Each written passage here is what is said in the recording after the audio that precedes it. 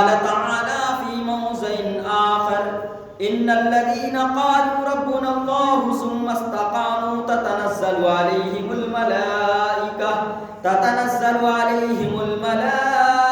ألا تخافوا ولا تحزنوا وابشروا بالجنة التي كنتم توعدون نحن أولياؤكم في الحياة الدنيا وفي الآخرة ولكم فيها ما تشتهي أنفسكم ولكم فيها ما تدعون نزلا من غفور رحيم. وعن سفيان بن عبد الله الثقفي رضي الله تعالى عنه قال قلت يا رسول الله قل لي في الإسلام قولا لا أسأل عنه أحدا غيرك قال قل آمنت بالله ثم استقم رواه مسلم.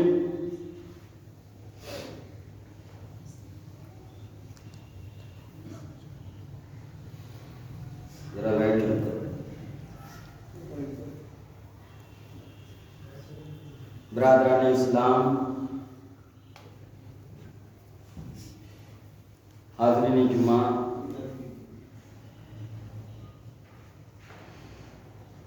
دینی اور ملی بھائیوں، نوجوان ساتھیوں، خواتین ماؤں اور بہنوں، تمام قسم کی تعریفات، توصیفات، بڑائیاں اور بزرگیاں، حمد و ثنا اس اللہ رب العالمین کے لائق اور سزاوار ہے جو سارے جہان کا پروردگار ہے، جو اکیلا خالق، مالک، رازق اور پالنہار ہے.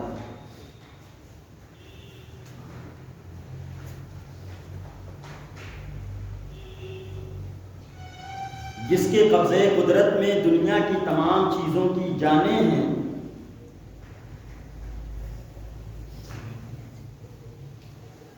جس کی 2 انگلیوں کے درمیان انسان کا دل ہے، جسے وہ جیسے بھی چاہتا ہے الٹتا پلٹتا رہتا ہے.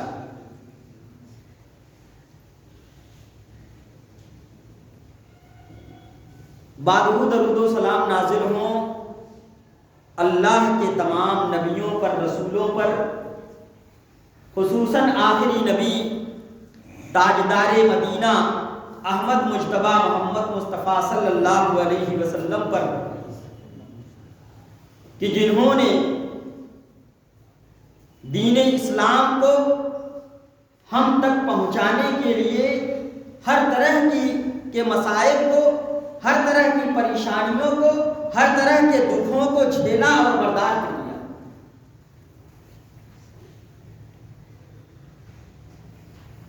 اور اس راستے میں جو رکاوٹیں آئیں، جو پریشانیاں آئیں، اللہ کے نبی نے، صحابہ کرام نے اس کو برداشت کیا اور اس پر صبر کیا.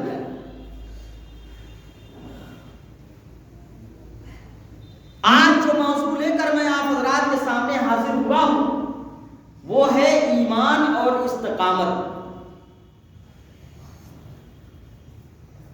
ایک شخص ایمان لاتا ہے، کلمہ پڑھ کر مسلمان ہو جاتا ہے، اب اس اسلام کی راہ میں، ایمان کے راستے میں جو پریشانیاں آئیں، جو دکھ آئے، جو مصائب آئے،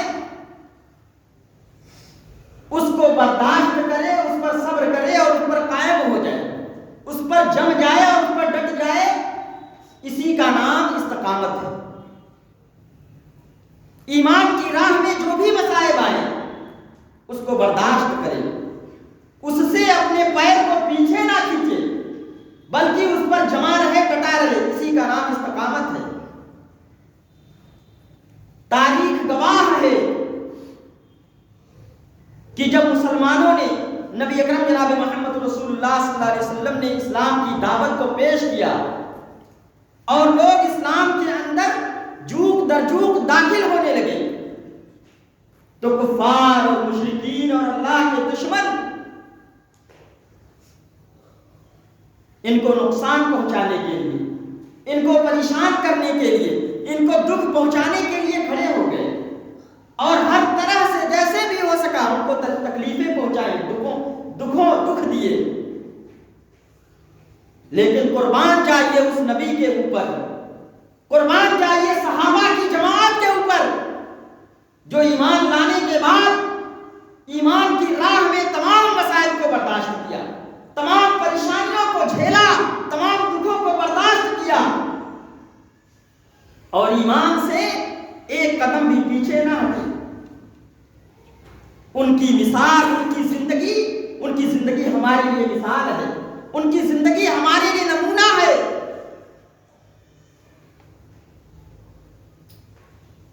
نبی اکرم جناب محمد رسول اللہ صلی اللہ علیہ وسلم جب نماز کی حالت میں رہتے تو آپ کے اوپر اونٹ کی اوجھڑی رکھ دی جاتی، جب راستے سے جاتے تو آپ کی راہ میں کوڑے ڈال دیے جاتے، کانٹے بچھا دیے جاتے، لیکن وہ نبی رحمت صلی اللہ علیہ وسلم جس نے کبھی بد دعا نہیں دیا، جس نے کبھی برا بھلا نہیں کہا، صرف اور صرف دعا ہی دیا لوگوں کو اور ان کے حق میں دعائیں کی۔ ایمان اور استقامت کی راہ میں کیا پریشانیاں آتی ہیں، نبی کی زندگی سے ہمیں سیکھنا چاہیے۔ آپ صلی اللہ علیہ وسلم نے جب اپنی دعوت کا آغاز کیا اور صفا کی پہاڑی پر چڑھ گئے، یا سباہا کی آواز لگائی، اس آواز کو سن کر سبھی لوگ اکٹھا ہو گئے، مکہ کے تمام لوگ اکٹھا ہو گئے۔ نبی اکرم صلی اللہ علیہ وسلم نے فرمایا کہ اگر میں یہ کہوں کہ اس پہاڑ کے پیچھے ایک دشمن کا لشکر ہے جو تم پر حملہ کرنے والا ہے تو کیا تم میری بات پر یقین کرو گے؟ سب نے بیک زبان ہو کر کہا ہم نے آپ کو امین اور صادق پایا ہے، آپ کو ہم نے کبھی جھوٹ بولتے ہوئے نہیں پایا، اس لیے ہم آپ کی باتوں کی تصدیق کریں گے۔ اللہ کے نبی نے فرمایا قولوا لا الہ الا اللہ تفلحوا، اے لوگو میں یہ پیغام دینے آیا ہوں کہ لا الہ الا اللہ کا اقرار کر لو، کامیاب ہو جاؤ گے۔ تو سب سے پہلے جس نے مخالفت کی تھی، سب سے پہلی مخالفت جو کھڑی ہوئی تھی تو آپ کے گھرانے سے کھڑی ہوئی تھی، آپ کا چچا ابو لہب، اس نے سب سے پہلی مخالفت کی تھی نبی اکرم جناب محمد رسول اللہ صلی اللہ علیہ وسلم کی، اور گئے ابو طالب کے پاس، کہا ہے ابو طالب اپنے بھتیجے کو سمجھا لو، یہ ہمارے معبودوں کو برا بھلا کہتا ہے، یہ نیا دین لے کر کے آیا ہے، ہم اس دین کو قبول کرنے والے نہیں ہیں، اس دین کو ایکسپٹ کرنے والے نہیں ہیں۔ لوگ آئے ابو طالب کے پاس، ابو طالب نے کہا اے بھتیجے مجھ بوڑھے پر اتنا بوجھ نہ ڈالو تو اٹھا نہ سکوں، نبی اکرم کا استقامت دیکھنا ہے تو یہاں دیکھو مسلمانوں، نبی کی استقامت، نبی کا ایمان اگر دیکھنا ہے تو یہاں دیکھو۔ اللہ کے نبی نے کیا فرمایا، اے چچا جان اگر یہ لوگ میرے داہنے ہاتھ میں سورج اور بائیں ہاتھ میں چاند ملا کر کے رکھ دیں تب بھی میں اس تبلیغ سے باز آنے والا نہیں ہوں، اس دین سے پھرنے والا نہیں ہوں میں۔ یہ استقامت تھی نبی کی۔ اور صحابہ کے ساتھ کیا ہوا کیا آپ نہیں جانتے؟ کیا آپ نے تاریخوں کے اندر نہیں پڑھا ہے؟ کیا آپ نے علماء سے نہیں سنا ہے کہ صحابہ کرام کے ساتھ کیسی کیسی تکلیفیں دی گئی، ان کو کیسے کیسے ستایا گیا؟ چنانچہ مکہ کی گلیوں میں صحابہ کرام کو ان کی گردنوں میں جو ہے رسیاں ڈال کر کے گھسیٹا جاتا تھا۔ میرے بھائیوں، اتنی مصیبتوں کا پہاڑ توڑا گیا، کسی کو جلتے ہوئے انگاروں پر لٹا دیا جاتا تھا، لیکن یاد ان کے جسم سے نکلنے والی چربی سے، خون سے وہ آگ کے انگارے تو بجھ گئے، لیکن ان کے ایمان کی شمع کو کوئی بجھا نہیں پایا، اور وہ زبان حال سے کہہ رہے تھے اسلام کا پرچم نہ جھکا ہے نہ جھکے گا، فانوس یہ پھوکوں سے بجھا ہے نہ بجھے گا، اسلام کی خاموش زبانی پہ نہ جانا، یہ شعلہ بے باک دبا ہے نہ دبے گا۔ کتنے مسائل کا سامنا کرنا پڑا صحابہ کرام کو۔ حضرت خبیب رضی اللہ تعالیٰ عنہ کو ایمان لانے کی بنیاد پر سولی پر چڑھایا جانے لگا، پھانسی دی جانے لگی ایمان کی بنیاد پر۔ ظالموں نے کہا اے خبیب تم ایمان سے برگشتہ مت ہو، ہم تمہیں ایمان سے پھرنے کی بات نہیں کرتے، ہم یہ نہیں کہتے اپنے دین کو چھوڑ دو، ہم صرف یہ کہہ رہے ہیں تم اپنی زبان سے صرف اتنا ادا کر دو کہ کاش کی جس جگہ پر تم ہو اس جگہ پر، اس مقام پر تمہارے نبی محمد الرسول اللہ صلی اللہ علیہ وسلم ہوتے۔ خبیب نے کیا کہا جانتے ہو؟ خبیب نے کہا اے ظالموں تم نبی کو اس مقام پر کھڑے ہونے کی بات کرتے ہو، مجھے تو یہ بھی منظور نہیں ہے کہ میں اپنے گھر میں آرام سے رہوں اور نبی اکرم جناب محمد الرسول اللہ صلی اللہ علیہ وسلم کے پیروں میں ایک کانٹا بھی چبھ نہیں پائے، یہ بھی منظور نہیں ہے مجھے، ایک کانٹا نبی کے پیروں میں چبھ جائے مجھے یہ بھی منظور نہیں ہے۔ تم نبی کو یہاں کھڑے ہونے کی بات کر رہے ہو، یہ تھی نبی اکرم جناب محمد رسول اللہ صلی اللہ علیہ وسلم سے محبت، یہ تھی اسلام اور ایمان سے محبت صحابہ کرام کی۔ میرے بھائیو اور دوستو،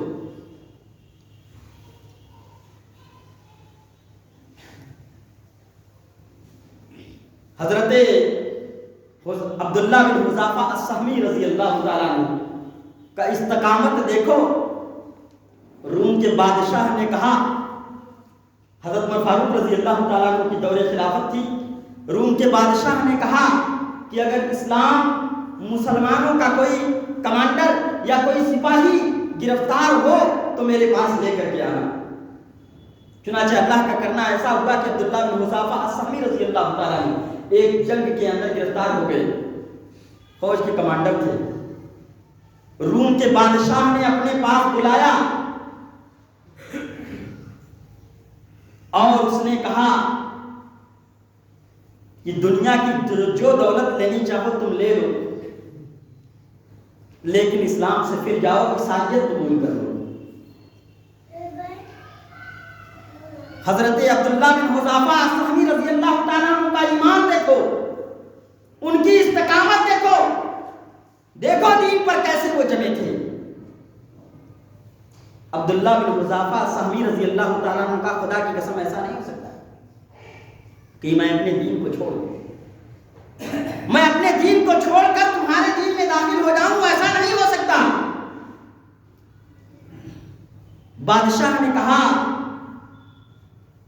کہ پہلے اسے ڈرایا جائے، 2 قیدیوں کو لایا جائے اور کھولتے ہوئے تیل کے اندر ڈال دیا جائے۔ چنانچہ 2 قیدیوں کو لا کر کھولتے ہوئے تیل کے اندر ڈال دیا گیا، ان کے جسم سے گوشت کے لوتھڑے جھڑ گئے، صرف ہڈیاں باقی رہ گئی۔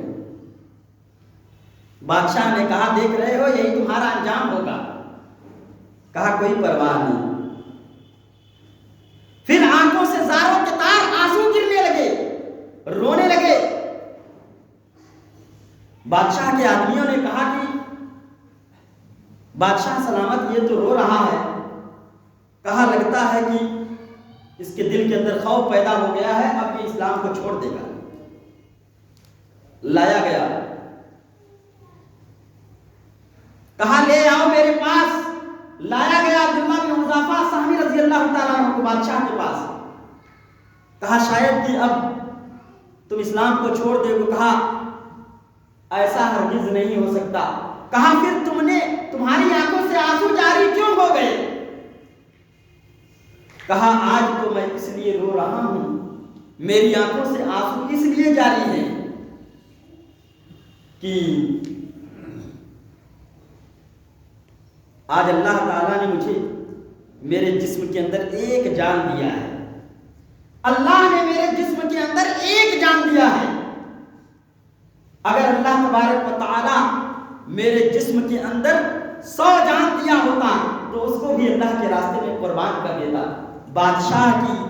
بادشاہ نے جب دیکھا عبداللہ بن حذافہ السہمی رضی اللہ تعالیٰ عنہ کی جرأت کو اور ان کی ہمت کو اور ان کے ایمان کو، تو ان کو اور ان کے ساتھیوں سمیت ان کو آزاد کر دیا۔ اللہ اکبر! دیکھیے ایمان اور اسلام کی قیمت کیا ہے۔ ان الذین قالوا ربنا اللہ ثم استقاموا، سورہ فصلت آیت نمبر 32 کے اندر اللہ نے فرمایا ان الذین قالوا ربنا اللہ ثم استقاموا تتنزل علیہم الملائکہ الا تخافوا ولا تحزنوا وابشروا بالجنۃ التي کنتم توعدون، بے شک جن لوگوں نے کہا ہمارا پروردگار اللہ ہے، ثم استقاموا، پھر اقرار کرنے کے بعد اسی پر قائم ہو گئے، اسی پر ڈٹ گئے، نتیجہ کیا ہوتا ہے؟ اللہ فرماتا ہے تتنزل علیہم الملائکہ، تو ان کے اوپر اللہ کے فرشتے نازل ہوتے ہیں، خوشخبری دیتے ہیں اللہ تخافوا ولا تحزنوا، تم خوف نہ کھاؤ، تم ڈرو مت، وابشروا بالجنۃ التي کنتم توعدون، اور اس جنت کی بشارت سن لو، اس جنت کی خوشخبری سن لو جس کا تم سے وعدہ کیا جاتا تھا۔ میرے بھائیو اور دوستو، آج اسلام اور مسلمانوں کے خلاف دنیا کے اندر جو حالات ہیں، ابھی ہم نے دیکھا ہمارے ملک کے اندر، کرناٹکا کے اندر، ایک یونیورسٹی کے اندر، ایک کالج کے اندر ایک بچی کو سینکڑوں لوگوں نے گھیر لیا اور اپنا مذہبی نعرہ لگانا شروع کیا۔ اس بچی نے پورے جوش کے ساتھ، پوری ہمت کے ساتھ، پورے جذبے کے ساتھ اللہ اکبر کا نعرہ لگایا، اور ایسا نعرہ لگایا کہ کفر کے ایوانوں میں بھونچال آ گیا، اور پوری دنیا دیکھ کر سمجھ گئی کہ آج ایک مسلمان بچی کے دل کے اندر اتنا جذبہ ہے، اتنا حوصلہ ہے، اتنی ہمت ہے، وہ استقامت پر قائم رہی، وہ اپنے ایمان پر قائم رہی۔ جو لوگ ایمان لانے کے بعد اس پر ڈٹ جاتے ہیں تو اللہ کے فرشتے ان پر نازل ہوتے ہیں، ان کو بشارت دیتے ہیں کہ خوف نہ کھاؤ، غم نہ کرو، تمہیں جنت کی بشارت ہے۔ اللہ اکبر! میرے بھائیو دوستو، یہ حالات آج صرف پیدا نہیں کیے گئے ہیں، یہ حالات بہت پہلے سے چلے آ رہے ہیں، یہ صحابہ کے دور سے، یہ تابعین کے دور میں بھی تھا، یہ تبع تابعین کے دور میں بھی تھا، یہ ہر دور اور ہر زمانے کے اندر تھا۔ قرآن کریم کے اندر آل عمران کے اندر، سورہ آل عمران میں اللہ تبارک و تعالیٰ نے اس کا بھی نقشہ کھینچا ہے کہ تم لوگ لَتُبْلَوُنَّ فِي أَمْوَالِكُمْ وَلِأَنفُسِكُمْ، البتہ ضرور ضرور تم اپنے مالوں کے اندر، مال کے سلسلے میں اور اپنے جان کے سلسلے میں آزمائے جاؤ گے، تمہیں آزمائش میں مبتلا کیا جائے گا، ان آزمائشوں سے تمہیں دوچار ہونا پڑے گا، تم آزمائش میں مبتلا کیے جاؤ گے۔ لَتُبْلَوُنَّ فِي أَمْوَالِكُمْ وَلِأَنفُسِكُمْ وَلَتَسْمَعُنَّ مِنَ الَّذِينَ أُوتُوا الْكِتَابَ مِنْ قَبْلِكُمْ، اور تم سے پہلے جو لوگ اہل کتاب ہیں ان سے تم سنو گے، وَمِنَ الَّذِينَ أَشْرَكُوا، اور مشرکین سے تم سنو گے، کیا سنو گے؟ اذًا کثیرا، بہت ساری تکلیف دہ باتیں سنو گے، تکلیف دینے والی باتیں سنو گے۔ پھر اللہ نے کیا کہا؟ وَإِن تَصْبِرُوا، اگر ان حالات میں تم صبر سے کام لو، وَتَتَّقُوا، اور تم اللہ تبارک و تعالیٰ کا تقوی اختیار کرو، فَإِنَّ ذَلِكَ مِنْ عَزْمِ الْأُمُورِ، تو یہ بڑے دل گردے کا کام ہے، بڑی ہمت کا کام ہے، بڑے حوصلے کا کام ہے۔ ایسے حالات میں تم صبر سے کام لو اور اللہ رب العالمین کا تقوی اختیار کرو، تو یہ بڑے دل گردے، بڑی ہمت کا کام ہے میرے بھائی اور دوستوں۔ اور اللہ کے نبی جناب محمد رسول اللہ صلی اللہ علیہ وسلم نے حدیث کے اندر یہ فرما دیا ہے کہ جس کا ایمان جتنا سخت ہوتا ہے اس کی آزمائش بھی اتنی سخت ہوتی ہے، یاد رکھ لیں، جس کا ایمان جتنا سخت، جس کا ایمان جتنا مضبوط، اس کی آزمائش اتنی سخت ہوا کرتی ہے۔ اللہ کے نبی نے حدیث کے اندر، ترمذی، مسند احمد، دارمی وغیرہ کی حسن روایت ہے، حضرت عبداللہ بن حضرت ایک صحابی رسول کا بیان ہے کہ میں نے قلت یا رسول اللہ، میں نے اللہ کے نبی صلی اللہ علیہ وسلم سے پوچھا کہ ای الناس اشد بلاء، لوگوں میں سب سے زیادہ سخت آزمائش کس کی ہوتی ہے؟ اللہ کے نبی سے پوچھا گیا، اللہ کے نبی بتائیں کہ لوگوں میں سب سے زیادہ سخت آزمائش کس کی ہوتی ہے؟ قال الانبیاء، کہا سب سے زیادہ سخت آزمائش نبیوں کی ہوا کرتی ہے۔ اللہ، سب سے سخت آزمائش نبیوں کی ہوتی ہے، نبیوں سے سخت آزمائش کسی کی نہیں ہوتی۔ ان کے اوپر آزمائش کے پہاڑ توڑ دیے جاتے ہیں۔ پھر اللہ کے نبی نے فرمایا ثم الامثل فالامثل، پھر نیکی اور تقوی میں جو نبیوں سے قریب ہیں ان کی آزمائش ہوتی ہے۔ مومنوں میں جو نیکی اور تقوی میں انبیاء سے قریب ہوا کرتے ہیں، جو جتنا نیک ہوگا، جو جتنا پرہیزگار ہوگا، جو جتنا متقی ہوگا، جو جتنا اللہ رب العالمین سے ڈرنے والا ہوگا، اس کی آزمائش اتنی زیادہ سخت ہوا کرتی ہے۔ پھر اللہ کے نبی نے فرمایا یبتلی الرجل علی حسب دینہ وان کان فی دینہ صلبا اشتد بلاؤہ، آدمی اپنے دین کے اعتبار سے آزمایا جاتا ہے۔ اگر اس کا دین سخت ہوتا ہے، اگر اس کا دین مضبوط ہوتا ہے، اس کے اندر دینداری بہت پختہ ہوتی ہے، مضبوط ہوتی ہے، اللہ کے نبی نے فرمایا اشتد بلاؤہ، تو اس کی آزمائش بھی بہت سخت ہوا کرتی ہے۔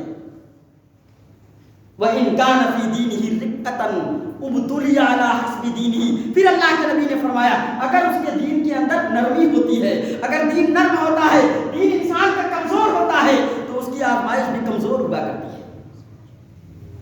فَمَا يَبْرَهُ الْبَلَاءُ بِالْعَبْدِ حَتَّى يَتْرُكَهُ عَلَى الْأَرْضِ يَمْشِي عَلَى الْأَرْضِ مَا عَلَيْهِ خَطِيئَتُهُ، برابر آزمائشیں بندوں کو گھیرے رہتی ہیں، یہاں تک کہ زمین میں جب وہ چلتا ہے تو اس کے اوپر، اس کے جسم کے اوپر کوئی خطا، کوئی گناہ باقی نہیں رہتا۔ اللہ اکبر۔ اگر آزمائشیں انسان کے اوپر آ رہی ہیں، یہ مسائل سے ہم دوچار ہو رہے ہیں، ان آلام سے ہم دوچار ہو رہے ہیں، تو سمجھ لیجئے کہ اللہ تبارک و تعالیٰ ان کے ذریعے سے ہمارے خطاؤں کو، ہمارے گناہوں کو مٹا رہا ہے۔ یہ کوئی ایک واقعہ نہیں ہے جو پیش آیا ہے۔ آج ان کو پردے سے دقت ہے، آج ان کو حجاب سے تکلیف ہے، ہماری مائیں اور بہنیں پردہ کر کے نکلے تو ان کو تکلیف کیوں ہے بھائی؟